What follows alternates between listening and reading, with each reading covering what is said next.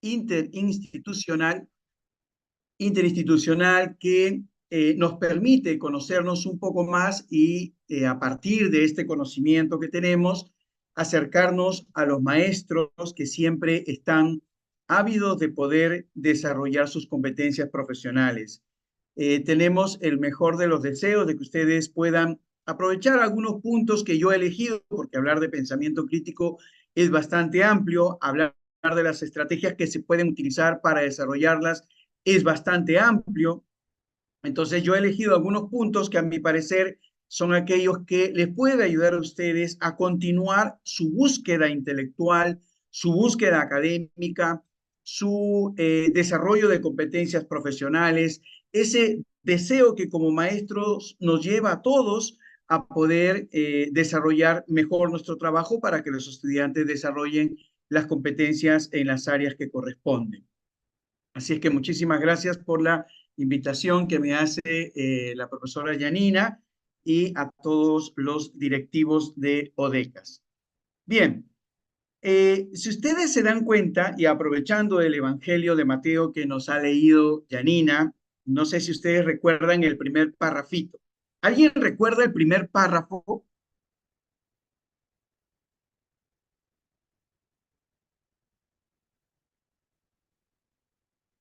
No sé si tienen acceso a abrir los micrófonos o al menos a escribir en el chat, que con mucho gusto les leo, ¿sí?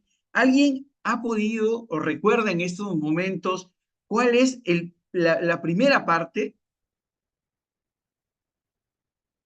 ¿Cómo empieza el Evangelio? ¿Alguien se anima? No lo digo que me diga de memoria, pero ¿qué es lo primero que narra el Evangelio? Ok, habla sobre los leprosos. Perfecto. Ok, bien. Es un buen punto de partida. ¿Qué más? Mi pregunta es muy directa. ¿Cómo inicia este pedazo del Evangelio que nos ha leído la profesora? En aquel tiempo, cuando Jesús bajaba de la montaña, ¿qué más? Hasta donde llega el punto y seguido.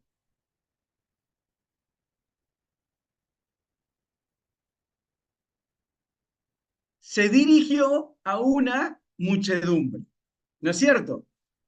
Les pregunto, ¿cuáles son las primeras preguntas que ustedes le harían a ese verso del Evangelio de Mateo? ¿Qué primeras preguntas se vienen inmediatamente?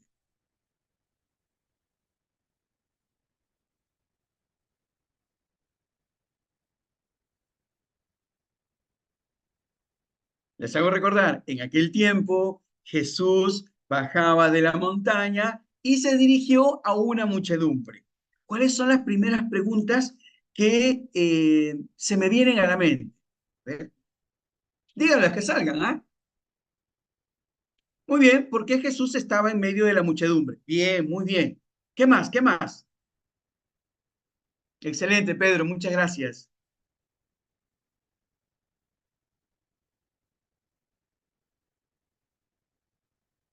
¿Alguien más? ¿Alguien más? ¿Cuáles son las primeras preguntas? ¿Por qué había muchedumbre? Muy bien. ¿Por qué Jesús bajaba de la montaña? Bueno, eso es de parte de la muchedumbre, ¿no? Pero quien escribe el texto, quien narra el texto, trata de contextualizar el mejor aspecto del escenario, ¿no? En aquella época. La pregunta que a mí se me ocurre es, ¿qué época? Jesús bajaba de la montaña. Se me ocurre preguntar, ¿qué montaña? Y la tercera pregunta, así por una necesidad básica de conocimiento, dice, se dirigió a la muchedumbre. ¿Qué muchedumbre? Esto es muy importante. Miren, nosotros somos profesores de religión, expertos en religión. Está muy bien, Jesús probablemente la centralidad de este trozo del Evangelio se dirige al tema de la sanación, la curación del leproso. Se me ocurre, el leproso tenía nombre, el leproso pasaba por ahí o fue en búsqueda de alguien le avisó. O sea, todas estas preguntas que yo puedo canalizar eh, Muy bienvenido, profesora Lourdes, Pedro. La montaña es un lugar de oración. Bien, perfecto. Eso ya son preguntas, respuestas prácticamente, ¿no? Porque yo digo, ¿qué montaña es? ¿Qué hacía Jesús en la montaña? Es que era temprano, era de tarde, era de noche. Si era de noche, tenían velitas o antorchas. Miren, todas estas preguntas que nos invitan a contextualizar la situación en el cual el escritor bíblico nos quiere poner en contexto son muy importantes. Eso significa que el tipo de pensamiento, el mío, el mío, es un pensamiento que se basa en preguntas. Porque para poder entender mejor algo, no me puedo quedar con las ganas de decir, oye, sí, está bien, en aquella época, porque lo primero que se me ocurre es, ¿qué época? Sí, año 1, año 2, se precisa, importa que se precise la época. Ahora, importa que se precise la montaña, el nombre de la montaña, importa saber quiénes eran la muchedumbre. Entonces, de plano, para desarrollar el pensamiento crítico, en esta parte introductoria, les puedo decir que la mejor estrategia es mirar el texto. Ojo, que hemos tomado un texto escrito, pero puede ser que yo me encontré con alguien en una situación determinada y este venía, me dijo del mercado, yo no sé qué mercado, por lo tanto no sé qué tiempo le tomó venir, tampoco me dijo en qué unidad móvil, si vino a pie o vino en bus o vino en su propio auto.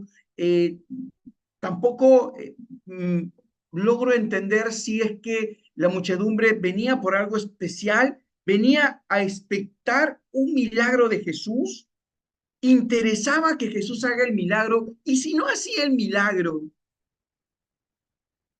Miren, todas estas preguntas son preguntas de pensamiento crítico, algunas más sencillas que otras. Y el pensamiento crítico se va. Gracias, Glenda. Y se importan las preguntas para el pensamiento. Sí. Ahora vamos a ver esto del pensamiento, ¿ya? Si la época para el análisis exegético, muy bien, ok. Si yo soy un metodólogo de la Biblia, soy un investigador de las escrituras, tengo dos caminos. Ahí ya veo el método. ¿Cómo es que yo llego? Entonces, llego por una experiencia exegética que me dice, desde el punto actual hasta el punto de la época de Jesús, cuáles son las preguntas que necesariamente me tengo que hacer. Y desde el punto del momento en que ocurrió el hecho de la curación del leproso, hasta el hoy, en la experiencia hermenéutica de interpretación. Ambos son válidos si yo quiero desarrollar el pensamiento crítico. Pero allí ya estoy incluyendo un método. Y un método significa un camino, un paso, un tiempo, implica un proceso de inflexión y de reflexión personal, comunitaria, implica al hoy, según lo que está pasando, cuántos son los que acuden a la montaña, si yo creo que la montaña es la iglesia, si yo creo que el representante de Jesús es el párroco, el sacerdote o un diácono o una religiosa o un laico muy bien formado que me va a hablar sobre Jesús, sobre lo que Jesús hizo en su época. ¿Se dan cuenta la expansión y extensión?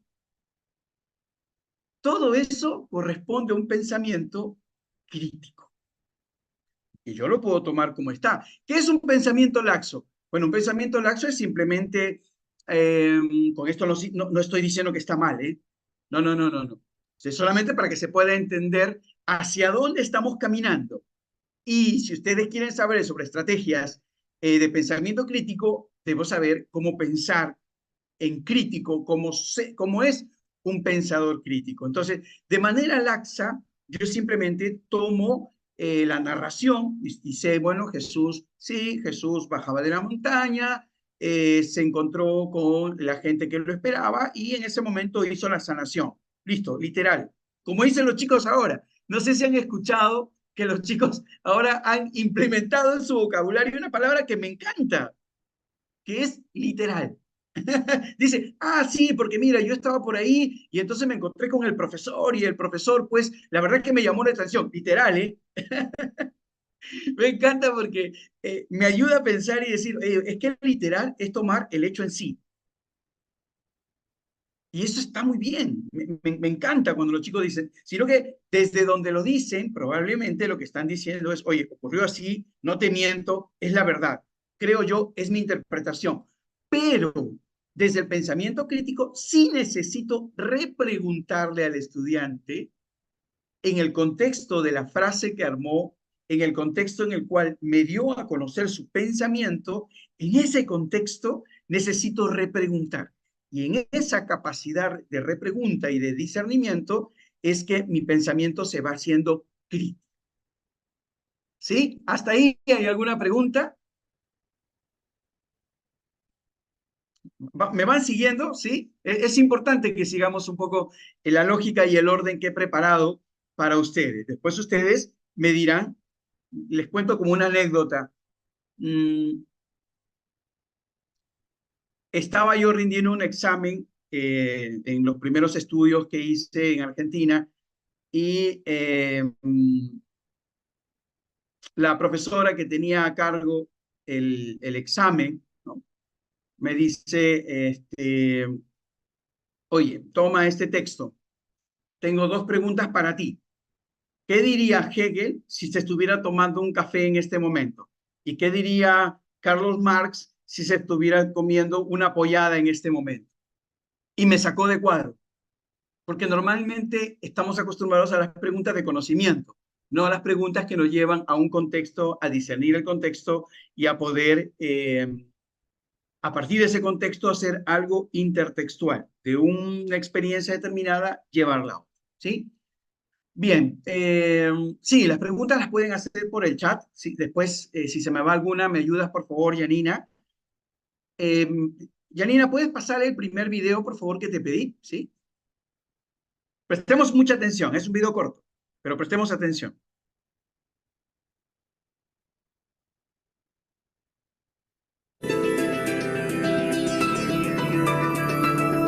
El cerebro.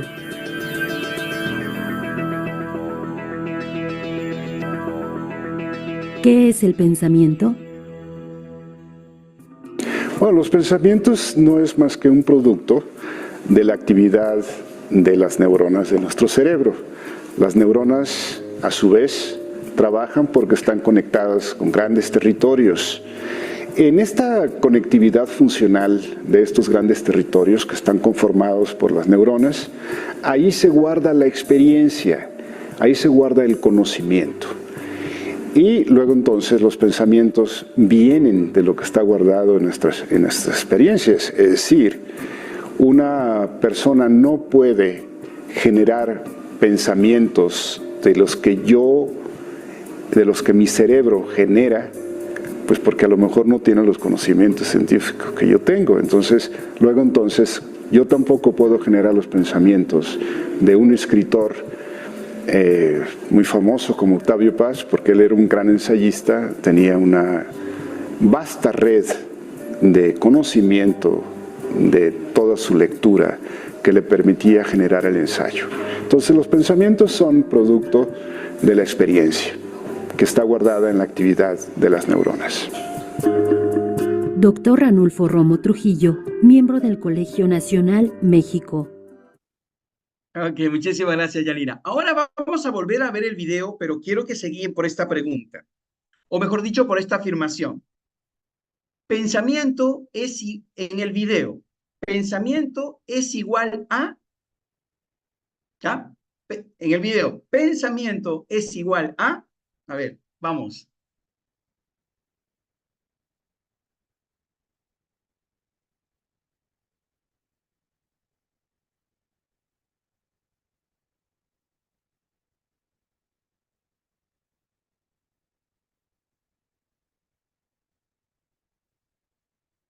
Si podemos pasar el video nuevamente, Yanina, por favor, el mismo video, ¿sí? Y desde el video nos respondemos. Pensamiento es igual a, y hay algunas respuestas acá, ¿eh? Ya. Muy bien, gracias Pedro, Glenda, Francisco.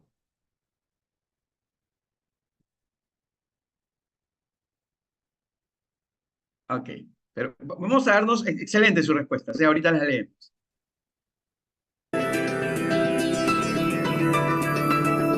El cerebro.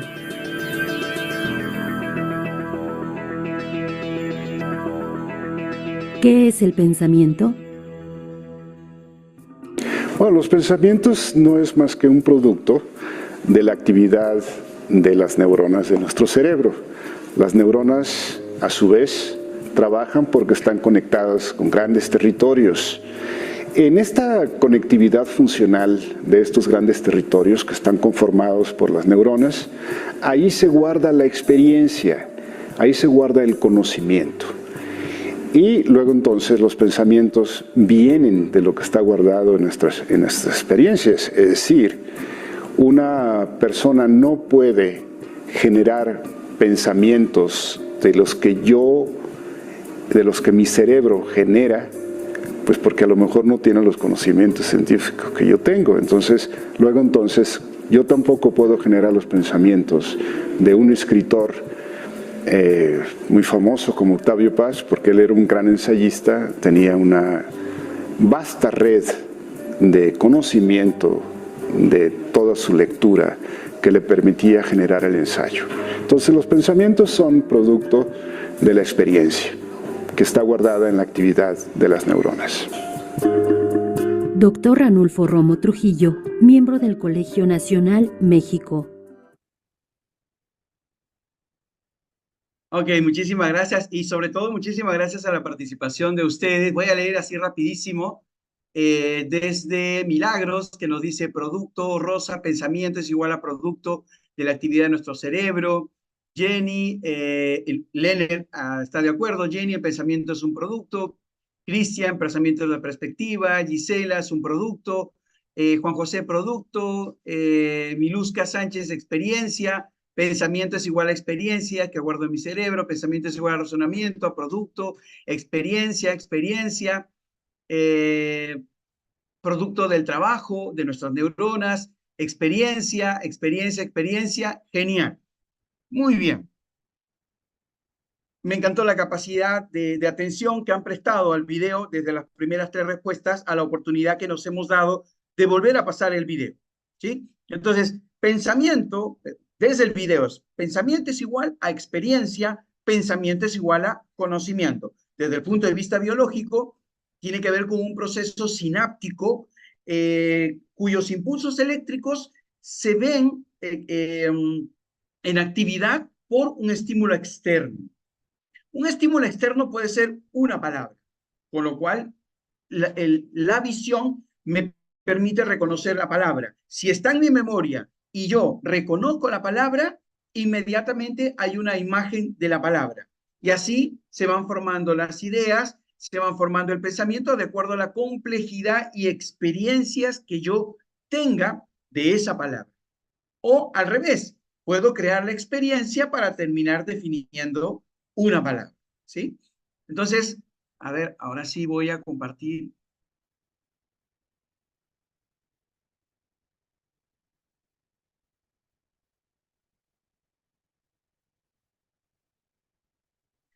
Bien, 3 puntos vamos a ver el día de hoy.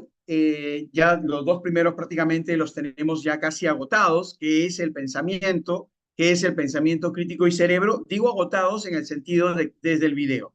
Ahora yo tengo algunos resúmenes que se los voy a pasar también para que ustedes lo puedan complementar con la experiencia a partir del video que ustedes han generado. Quiere decir que en estos momentos han generado o un nuevo conocimiento o una nueva idea o una nueva pregunta.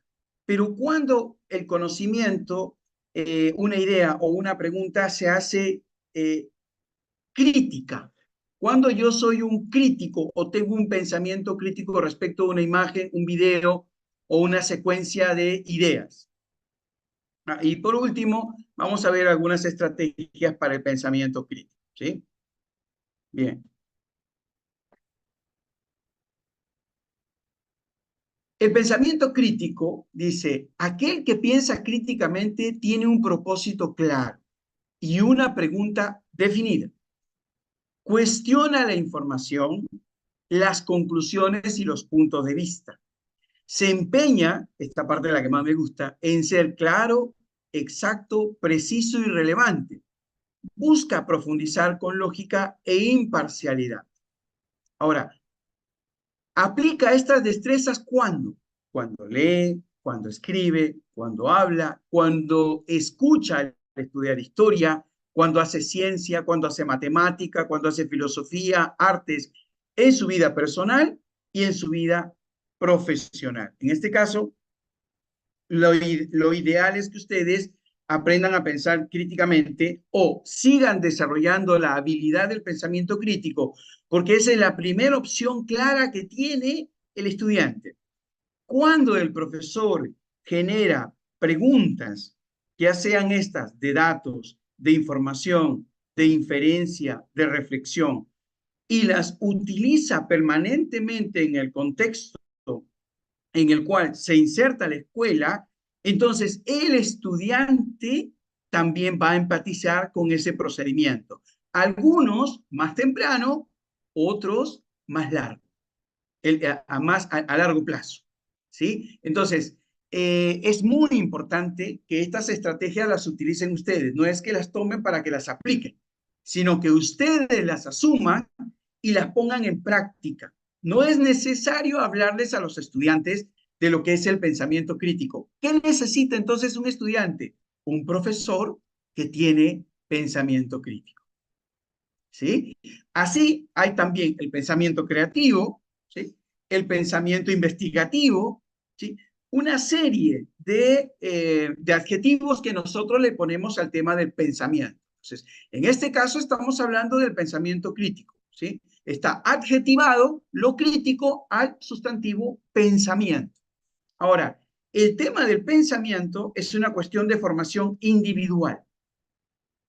Lo que sí es cierto y es claro, y esto nos tiene que llevar a nosotros a mirar el tema del pensamiento en toda su complejidad y sobre todo a administrar una forma adecuada con los estudiantes un tipo de pensamiento, cualquiera de ellos en realidad. Pensamiento creativo, pensamiento crítico, pensamiento convergente, divergente. Cualquiera de ellos son válidos, pero el estudiante lo va a adoptar en la medida que usted como profesor también utilice ese tipo de pensamiento. Por ejemplo, si yo estoy terminando de leer el Evangelio, este Evangelio, ¿no? Y yo les digo, oye, ¿y qué les parece si hacemos una obra de arte de este Evangelio?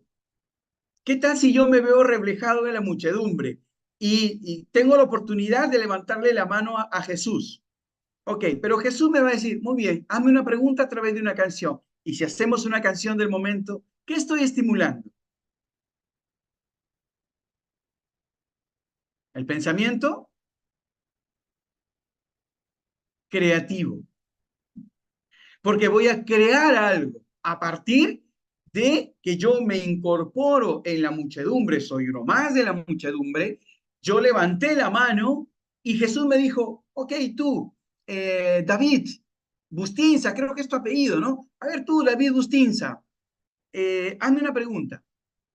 Ok, maestro, la pregunta es la siguiente. Ok, te la voy a contestar o quiero que me hagas una pregunta, pero en forma de una canción. ¿La podrías hacer?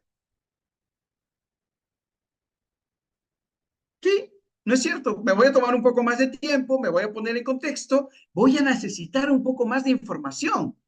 Es ahí cuando yo pregunto, oye, ¿y la montaña tenía nombre? Y si no tenía nombre la montaña, ¿le puedo poner un nombre bonito? ¿Sí? Entonces, miren, pensamiento crítico y pensamiento creativo, ahí de la manito.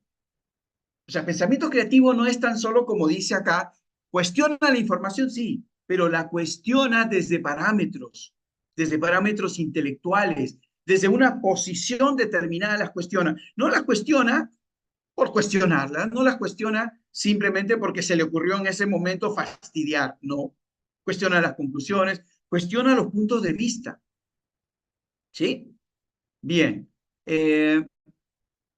Ok, muchísimas gracias, Isela. Concuerda conmigo que es el pensamiento creativo. Quiero que miremos esta definición de pensamiento crítico. ¿Ah? Aunque yo me he adelantado, ¿sí? Significa me he adelantado y he hecho algunas mm, rayitas y en letras de costadito y de negrito, no me hagan caso. ¿Ok? Quiero que ustedes mismos vamos a dar 2 minutos y que me digan, en todo caso, si concuerdan conmigo en estas rayitas que yo he puesto, o ustedes pondrían las rayitas, las letras en cursiva o en negritas en otro punto. Pero en la definición dice, el pensamiento crítico es ese modo de pensar. Ese modo, uno, hay muchos modos de pensar, sobre cualquier tema, contenido o problema, en el cual el pensante mejora la calidad de su pensamiento al apoderarse de las estructuras inherentes al acto de pensar y al someterlas a estándares intelectuales. ¿Quién se anima a decirme, sí, yo también hubiese subrayado esta palabra por esto? O, ¿sabe qué? La verdad que lo que usted ha subrayado a mí no me llama la atención, a mí me llama la atención otra cosa. A ver, espero sus mensajes. Un minuto de espera para sus mensajes.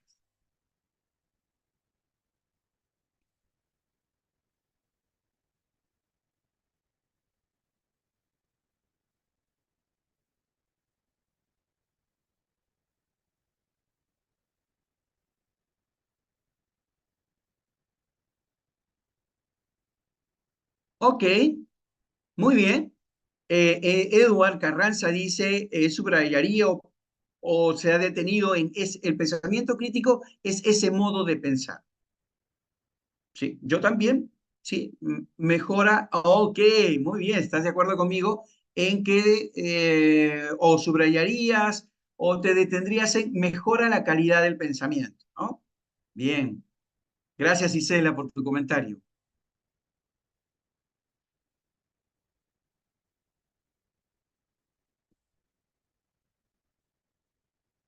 ¿Alguien más se anima?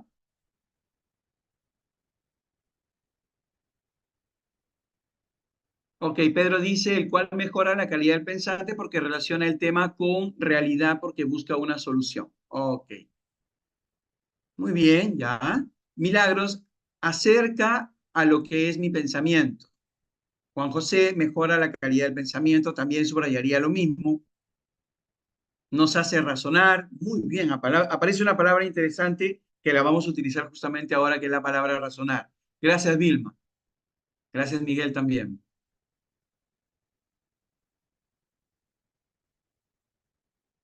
Ana Lucía mejora la capacidad de formular sus ideas, ya, gracias. Hace una inferencia lo que nos comenta Ana Lucía, ¿no?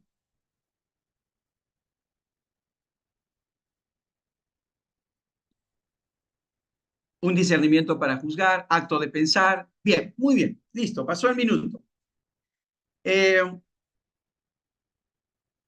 He tomado yo algunos puntos que me parece importante, porque si hay algo que nos distingue de la animalidad es esta capacidad de pensar, ¿sí?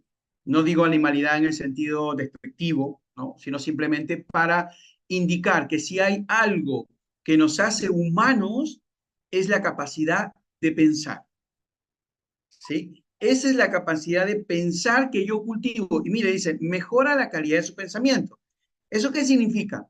Mejorar la calidad significa que yo me detenga eh, a pensar sobre mi propio pensamiento y diga, oye, ¿esta forma de pensar que yo tengo es correcta o es incorrecta? Cuando yo me hago esa pregunta, inmediatamente ingreso al plano de lo moral, correcto, incorrecto. ¿Y por qué esto es importante? Porque de los pensamientos nos lleva a una toma de decisión.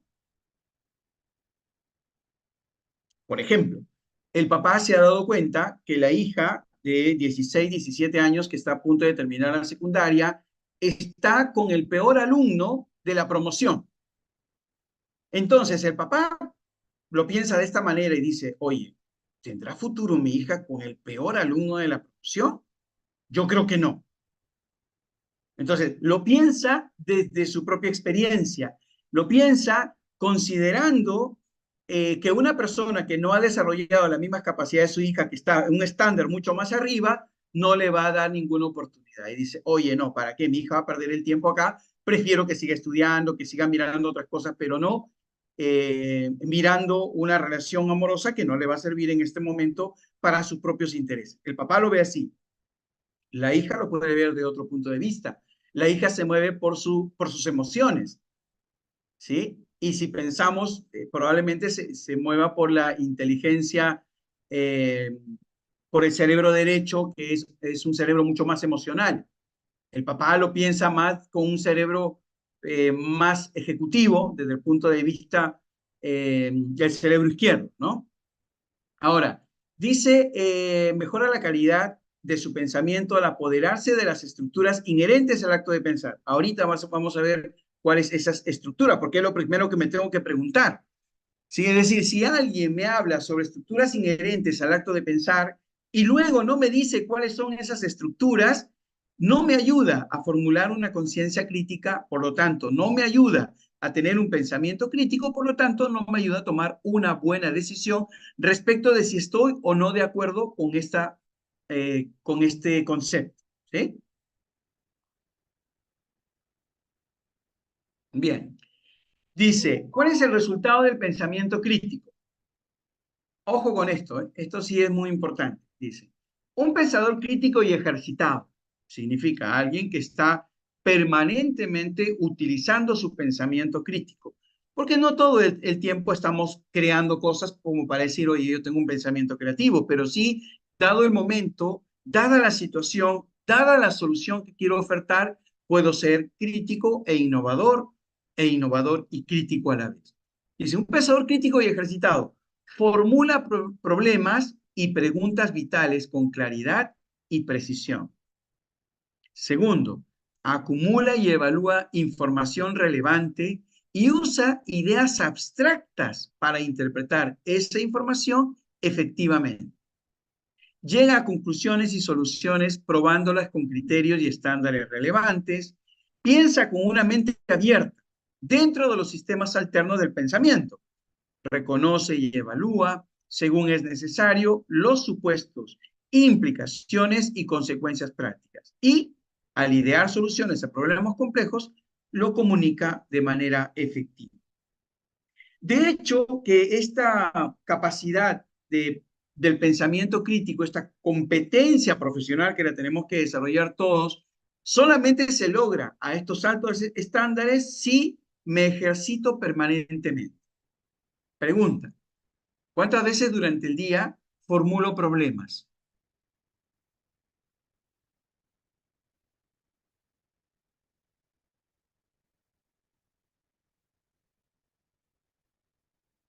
¿Cuántas veces durante el día hago preguntas vitales? Ahora, ¿cuántas veces formulo los problemas con claridad y precisión? ¿Y cuántas veces formulo preguntas vitales con claridad y precisión? Aún con mis hijos, cuando llego a casa, ¿qué pregunta vital le formulo a mi hijo, a mi hija? Más allá de cómo te sentiste hoy en el colegio, me parece bien. ¿Qué aprendiste hoy en la escuela? Sí, me parece bien. Pero ¿qué otra pregunta puedo formular de tal manera que yo aliente? Casi nunca, dice Pedro, ¿no? Sí, es cierto. A veces, dice Isela, ¿sí? Generalmente, ¿por qué formulamos problemas? Bueno, porque hemos elegido el aprendizaje basado en problemas en la escuela y algún problemita les tengo que lanzar a los estudiantes para que ellos lo puedan solucionar. Claro, ellos. Yo creo el problema para ellos, ¿no?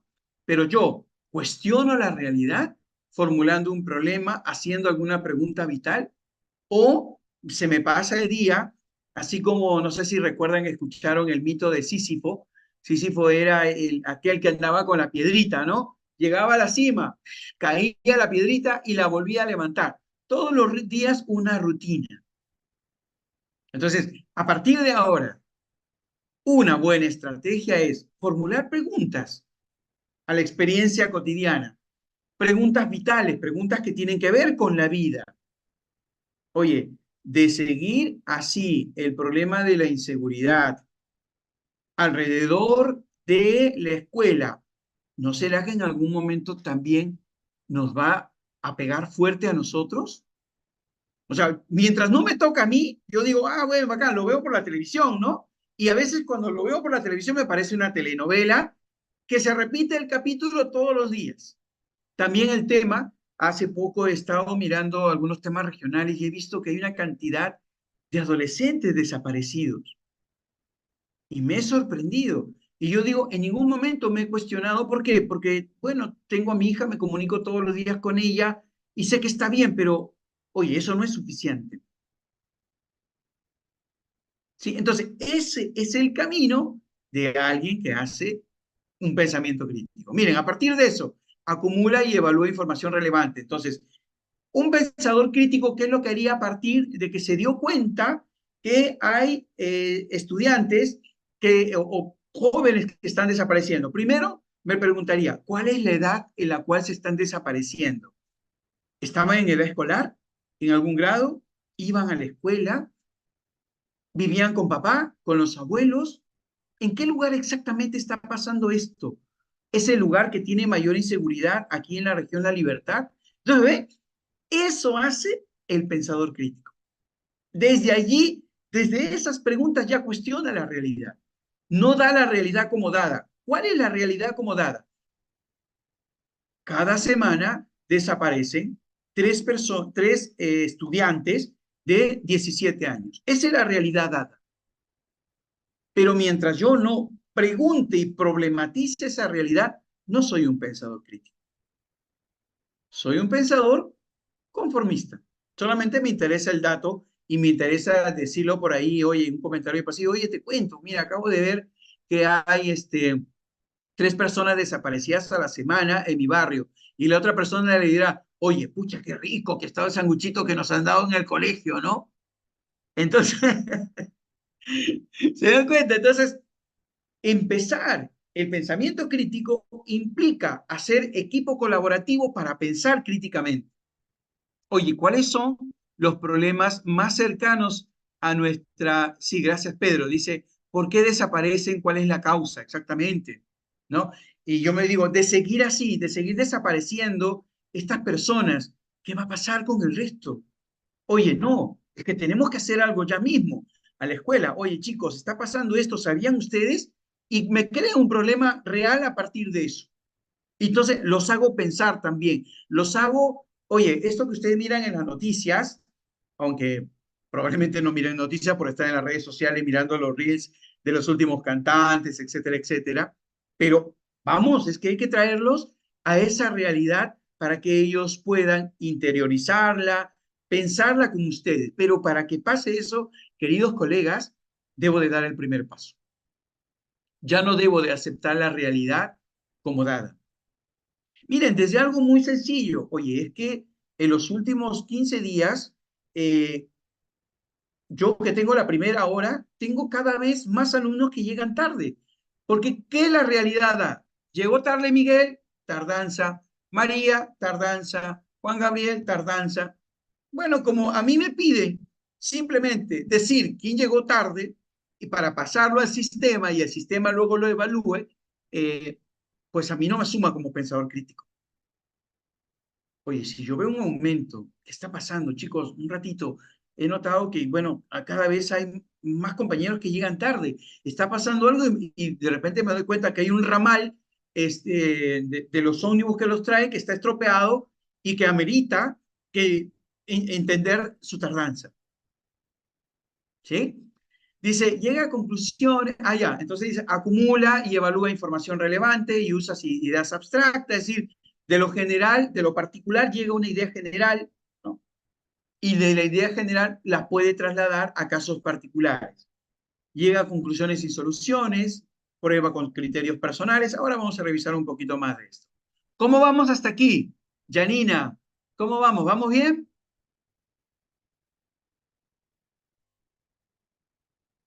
Sí, vamos bien.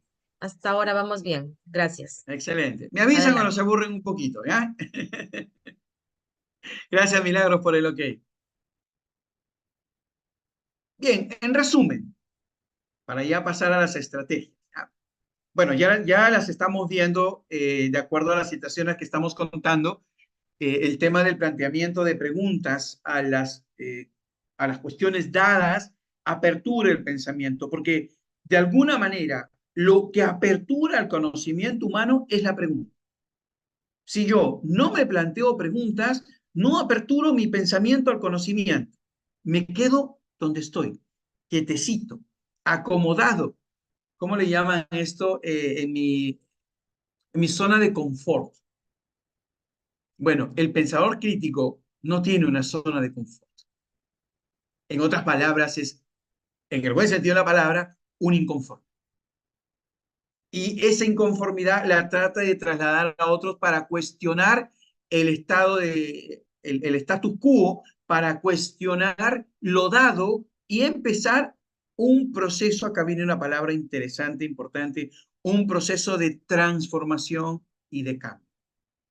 En resumen, el pensamiento crítico es autodirigido, autodisciplinado, autorregulado y autocorregido. Supone someterse a rigurosos estándares de excelencia y dominio consciente de su uso.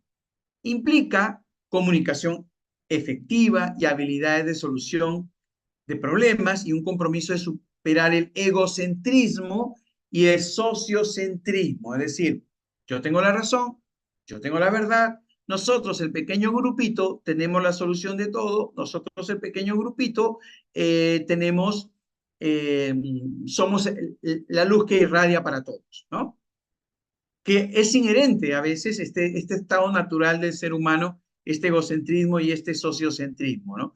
El problema no es tanto ser egocéntrico, sino ser ególatra, y no tanto ser sociocéntrico, sino pensar que mi sociedad es la única que va a sobrevivir a todas las situaciones del mundo. Bien, si nosotros a partir del día de hoy empezamos a considerar estos elementos del pensamiento, las estrategias van a brotar como propio de la experiencia docente. Y probablemente ustedes me dirán al final, oye, yo sí utilizo estrategias orientadas a, por ejemplo, al propósito del pensamiento. ¿Hacia dónde se dirige mi pensamiento? ¿Cuál es la meta? ¿Cuáles son los objetivos, por ejemplo, de una lectura? Oye, ¿cuál es el objetivo de lectura? Una cosa es el objetivo que tenga nosotros que manejamos la Biblia, que manejamos los documentos eclesiásticos.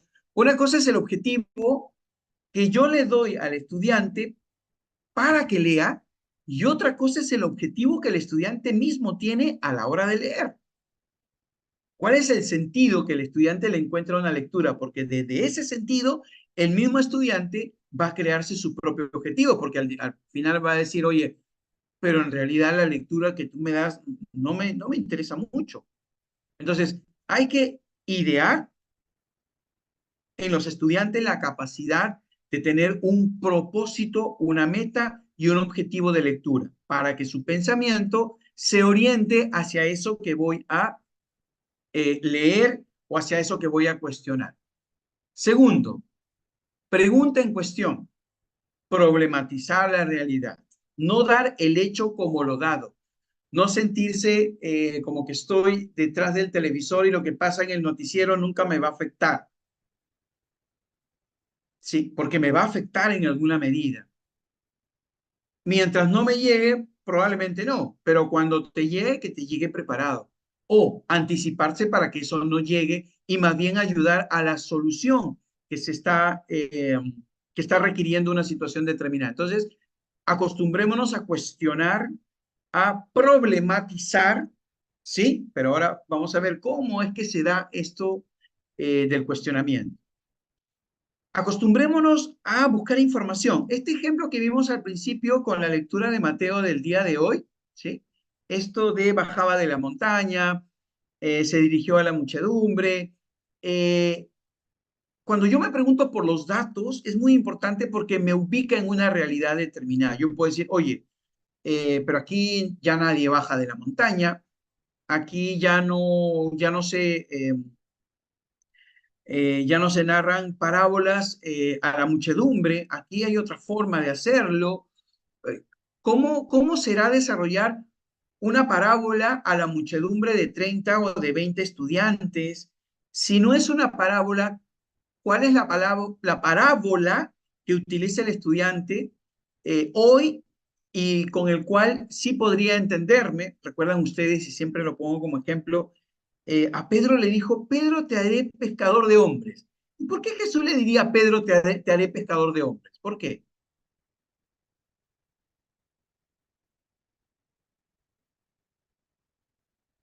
¿Por qué? Ok, gracias, Pedro, excelente. ¿Ve? Dice, en la zona rural sí caminan y bajan de la montaña. Excelente. Muy bien. Ya contextualizaste, ¿ves? Oye, acá también se baja. ¿Y quiénes son los que bajan? ¿Y los que bajan, cómo bajan? ¿Cuánto tiempo demoran en bajar? Y cuando suben, ¿cuánto tiempo les demora llegar a su casa? Oye, estos que bajan y suben, ¿cómo está su hidratación? ¿Cuánto de agua consumen? ¿Cuánta energía proteica necesitan para? Entonces, ven, las preguntas que estoy haciendo me permiten entender mejor que no es lo mismo enseñar a un estudiante que sube y baja que enseñar a un estudiante que toma un micro, que viene en su propio auto, que va caminando de manera horizontal a su casa. Entonces, estos datos, esta información, también es importante para educar mi pensamiento de manera crítica. Interpretación e inferencia. Por ahí también algunos comentó sobre la inferencia de un modo determinado, ¿no? Interpretación e inferencia que se denotan más en las conclusiones y soluciones. El manejo de teorías, definiciones, axiomas, leyes, principios. Por ejemplo, habíamos mencionado uno sobre el método exegético y hermenéutico, que es el método apropiado para hacer una reflexión sobre la Biblia, porque si no, solamente haría una reflexión literal. Pero para poder entender y traer el hecho bíblico sucedido en ese momento que se llamó milagro, tendría yo que entender, ¿y los milagros hoy siguen surgiendo? ¿Qué es un milagro hoy? ¿Alguien busca un milagro en su vida, más allá de querer sacarse la tinta? ¿Alguien busca un milagro para su vida? Sería lindo, el día de mañana pregúntele a sus estudiantes, ¿alguno de ustedes busca un milagro para su vida? Y eso primero que va a cuestionar su modo de pensar. Un milagro. Oye, pero es que un milagro. ¿Qué es un milagro? Entonces yo podría decir, les voy a contar un milagro que ocurrió y que está narrado aquí en la Biblia y ustedes eligen cualquiera de los milagros, inclusive el que hemos visto hoy de los leprosos, ¿no? Entonces, eh, tengo que ir al contexto donde sucedió y traerlo para interpretar aquí a la realidad. Entonces, pero para eso tengo que hacer, no es que voy y ven, es un montón de idas y venidas, porque yo tengo que preguntarme cómo son los estudiantes hoy. O ahorita que están ustedes, que somos, a ver, 146 profesores, ¿cómo soy yo como profesor? ¿Cómo interpreto la Biblia? ¿Utilizo también el método exegético y hermenéutico? ¿Qué método utilizo para interpretar la Biblia? Bueno, que no sea la Biblia. ¿Qué método utilizo para poder entender mejor cualquier texto? ¿Qué técnica utilizo? Luego pasamos a los supuestos o presuposiciones, es decir, lo que se acepta como dado o lo que no se acepta y cuestiono que me permite desarrollar el pensamiento crítico. Esto me lleva a mirar implicancias y consecuencias de mi pensamiento o del pensamiento de los otros y tener punto de vista o marcos de referencia, perspectiva y orientación, ¿no? Bien, ¿hasta ahí alguna pregunta? Pasó. Ok. Bien, esto está hecho como una lista de cotejo. Es decir, por eso hace ratito alguna de las colegas indicó el tema del razonar, ¿no es cierto? Eh, Todo razonamiento tiene un propósito.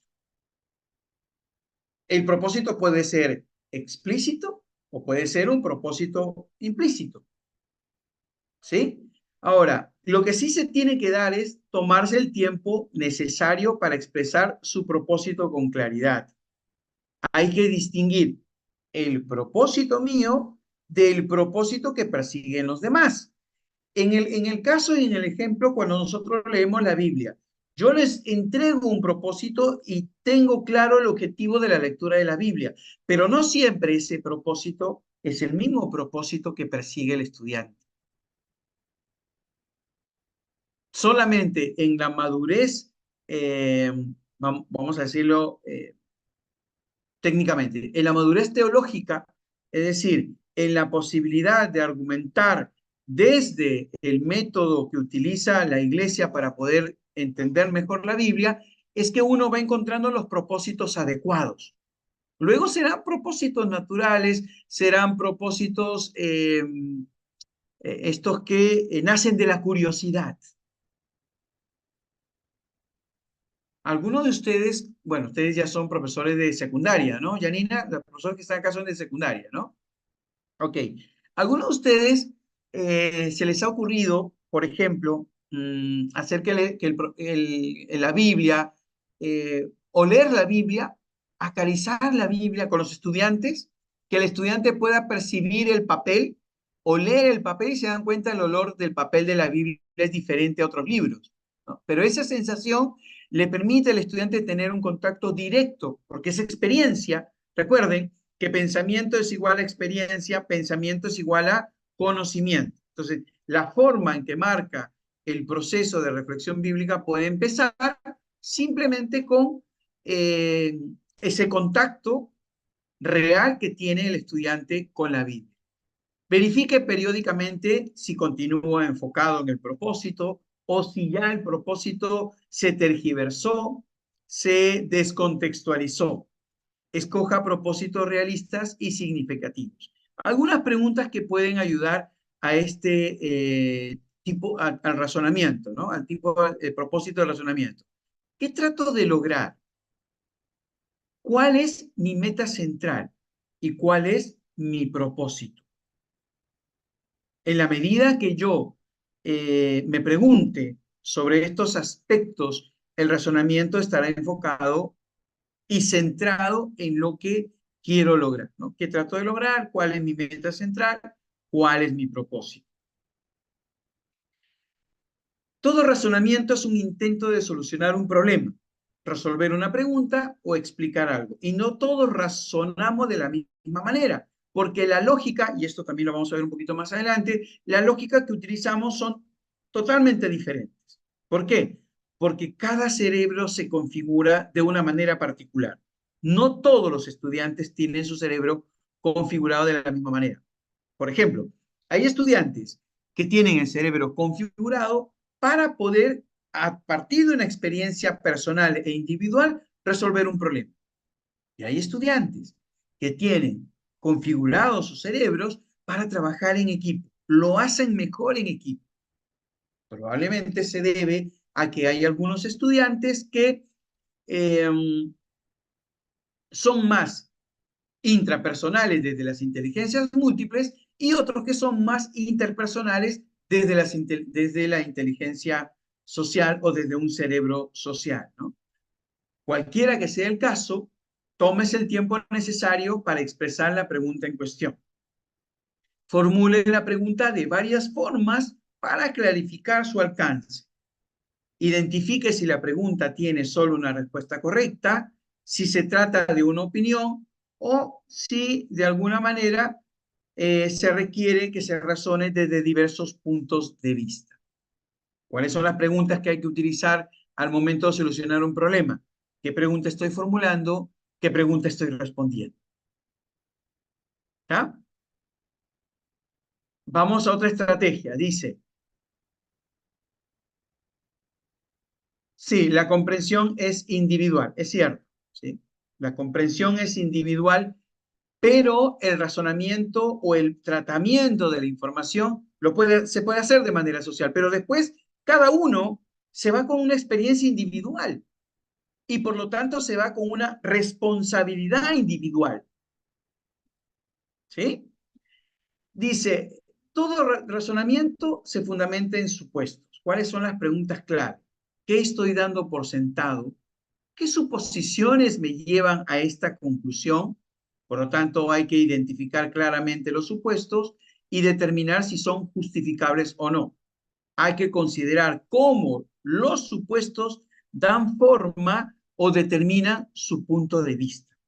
Es decir, ¿qué traigo yo? Esto que traigo yo de mi vida personal me está inclinando a mirar de esta forma. Esta forma de la cual estoy mirando se cimenta en un razonamiento propio de la investigación. Así lo pensó el escritor bíblico. ¿Por qué lo escribió de esa manera y no de otra? ¿Qué pasaba en ese momento que el escritor bíblico se animó, ¿sí?, a tomar este milagro de Jesús y que desde el punto de vista sinóptico también otros lo consideraron y dejaron otros? Entonces, eso me permite pensar críticamente.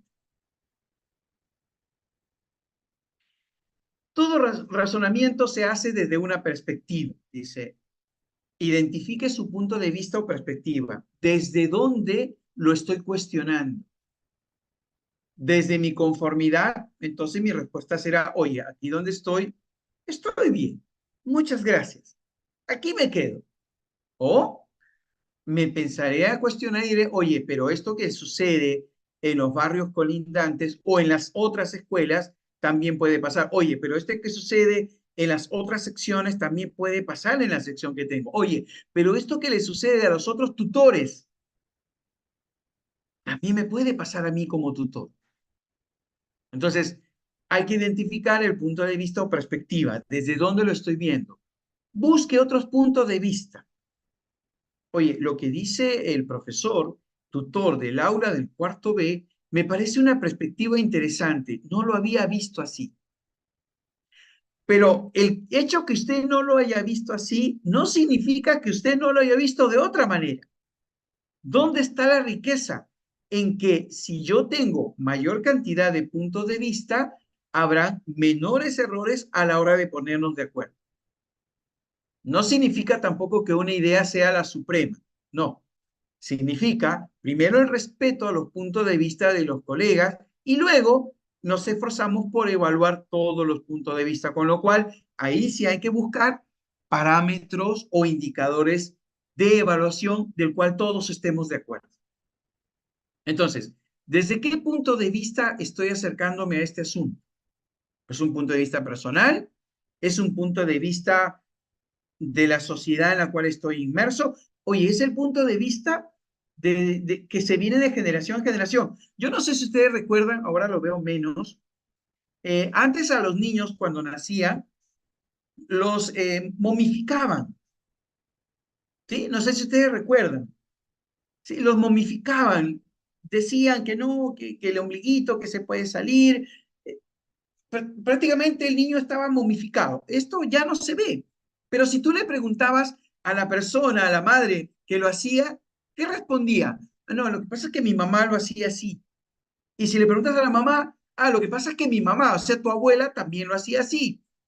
Y así vamos a encontrar que una idea tradicional que no siempre se corresponde a la evidencia científica se sigue trasladando de generación en generación. Sí, los envolvía, gracias, Milagro, sí es cierto. Bien, avanzamos un poquitín más. Todo razonamiento se fundamenta en datos, información y evidencia. Esto para mí es lo más recomendable. Nosotros somos profesores y nosotros los profesores hacemos ciencia, las ciencias de la educación. Y la ciencia de educación se mueve a través de datos, información y evidencia. Dato pedagógico, ¿sí? Todo razonamiento se expresa mediante conceptos e ideas que simultáneamente le dan forma. Identifique los conceptos clave, considere conceptos alternos o definiciones alternas. Les doy un ejemplo rapidito. Nosotros los profesores de investigación o los que hacen investigación en sus tesis suelen decir, oye, el concepto de educación, para que otro me entienda, y no hay error, tiene que decir, yo estoy utilizando el concepto de educación desde Vygotsky. Entonces, el otro, cuando me lee, dice, ah, no, lógico, pues es que Vygotsky dice eso y su metodología es coherente, está perfecto, no me va a poder cuestionar. Pero si yo digo un concepto de educación, el que se me vino a la cabeza, el otro decir, oye, pero yo no estoy de acuerdo.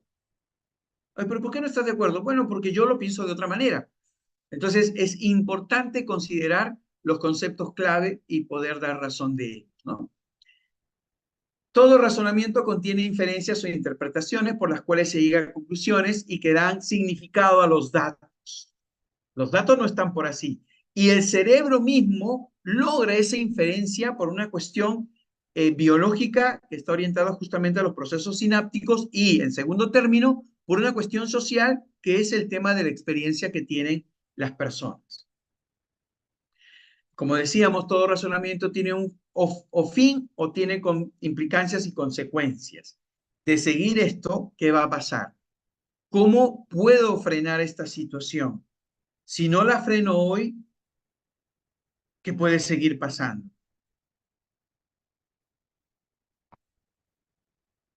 Bien, hay algunos estándares intelectuales que hay que considerar, seguramente que ustedes ya los conocen, solamente los voy a nombrar ya que estamos sobre la hora y a lo mejor hay algunas preguntas que quieran hacer o conclusiones o alguna aclaración que ustedes quieran, ¿no? Uno de ellos es la claridad. Lo voy a decir en términos de pregunta, que es la forma más sencilla de poder entender el pensamiento crítico. ¿Cuál es la pregunta que nos lleva a la claridad? ¿Puede explicar o ampliar sobre este asunto? Si no se entiende, necesito más claridad. La pregunta que brota es esa. ¿Puede expresar su punto de otra forma? ¿Me puede dar un ejemplo? Otro estándar intelectual universal, la exactitud. ¿Es posible verificar lo que usted me indica? ¿Es posible saber con certeza si eso es cierto? ¿Cómo se puede probar? La precisión. ¿Puede ser más específico? ¿Puede ofrecer más detalles? ¿Puede dar mayor precisión? La relevancia. ¿Qué relación tiene con el problema? ¿Cómo afecta eso al problema? ¿Cómo nos ayuda con el asunto que estamos tratando? Profundidad. ¿En qué medida la respuesta contesta la pregunta en toda su complejidad? ¿Qué hace de esto un problema particularmente difícil? ¿Cuáles son algunas de las dificultades de esta pregunta? ¿A qué complicancias habría que dirigirse? Amplitud. ¿Habría que considerar otra perspectiva? ¿Habrá otra forma de examinar la situación? Desde un punto de vista conservador, ¿qué habría que considerar? Desde un punto de vista innovador, ¿qué habría que considerar? Y la lógica tiene esto sentido, tiene una relación entre el primer y el último párrafo. ¿Eso que dice se desprende de alguna evidencia? Ok, muy bien. Creo que es suficiente, profesora Yanina. No sé si hay algo que eh, quieran preguntar o... Muchísimas gracias, profesor Leonardo. En caso hubiese alguna pregunta por parte de los participantes, nos puede levantar la mano para poder darle el acceso o en todo caso dejárnoslo por escrito. Los profesores que están generando, que no pueden llenar su asistencia, puede deberse, profesores, a que no han iniciado su sesión de Gmail, porque los demás profesores lo están ingresando sin ningún problema. Verifique si tienen aperturado su sesión de Gmail y no van a tener problema con llenar su asistencia. Muchísimas gracias. Quienes deseen hacer la pregunta, profesores, pueden por favor levantar su mano para poder cederles el micrófono o en todo caso, facilitarles a través del chat lo que nos puedan dejar.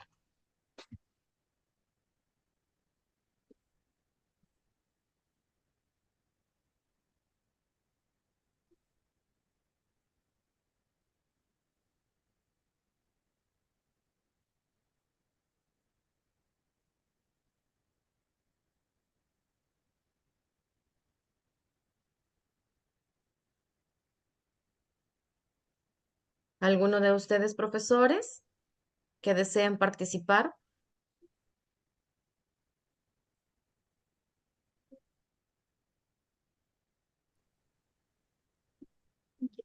Profesora Milagros, un segundo, por favor. Puede habilitar su micrófono, profesora.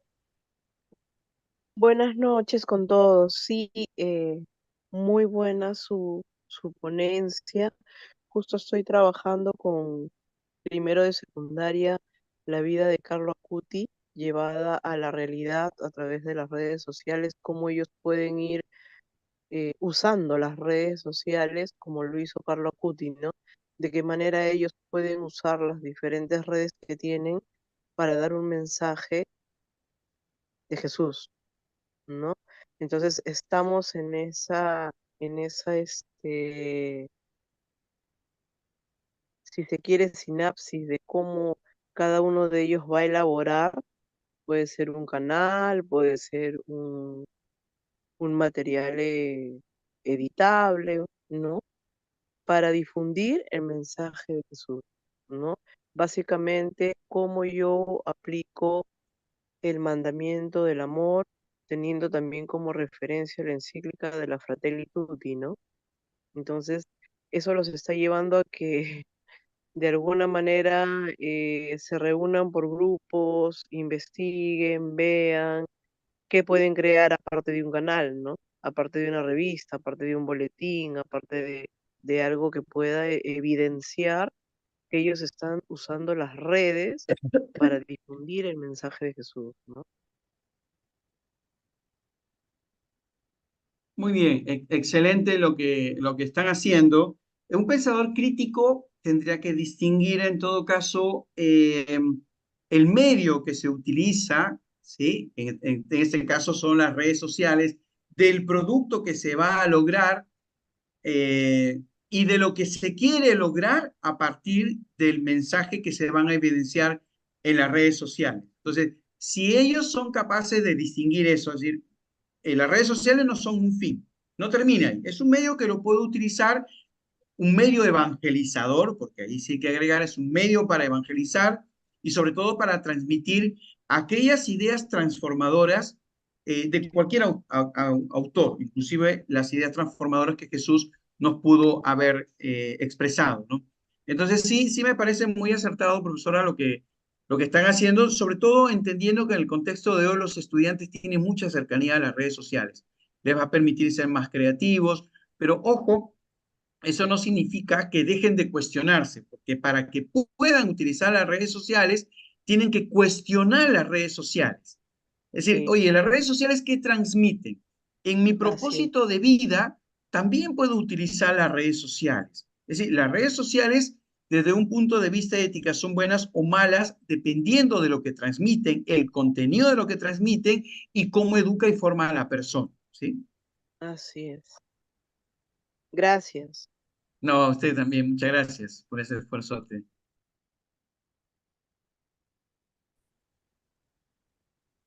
Ok, Pedro dice, ¿qué puedo hacer ante estudiantes que solo reproducen el contenido del material de trabajo para promover el pensamiento crítico? Bueno, para mí no es tanto el problema que ellos puedan copiar y pegar si estamos preocupados por ello. No, para mí el tema es que es eso que han copiado y pegado, aunque lo hayan copiado y pegado, puedan ellos mismos cuestionarlo. ¿Sí? Y la única forma de cuestionar es hacerle preguntas al texto, hacerle preguntas al autor. Si la pregunta más sencilla es decirle, oye, ¿cuáles son las fuentes que has utilizado? Ah, utilicé tal autor, tal autor. Ok, centrémonos en este autor. Bien, dime dos ideas claras de este autor que a ti te permitan transformar tu vida, que partas de un punto A un punto B, que permita esas ideas que otros también transformen su vida.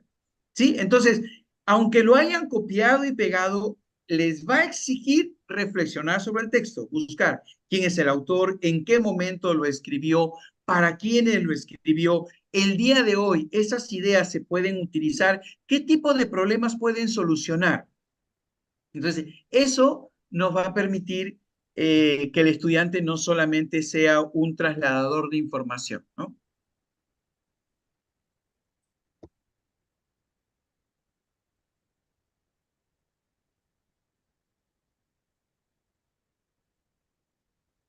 Ya no puedo visualizar otra pregunta, no sé si la hay, y si Me no, parece que ya no hay preguntas.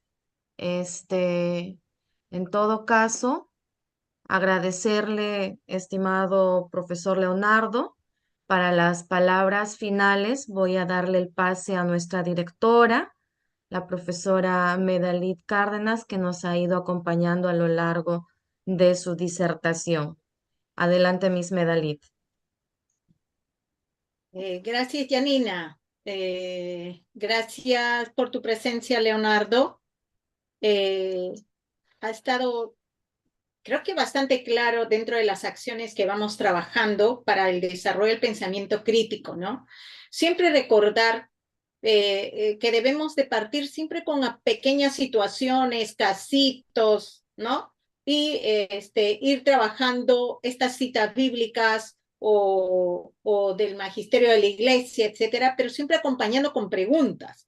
Y esas preguntas que tú mencionas también, a partir de preguntas, pues no solamente literales, si es que nuestros estudiantes repiten mucho, ¿no? Y hacen como una memorización tanto de manera verbal como también de manera escrita, ¿no? Como una repetición de hechos por memoria, como decía el profesor Pedro, sino con muchos de nuestros estudiantes están repitiendo, ¿no?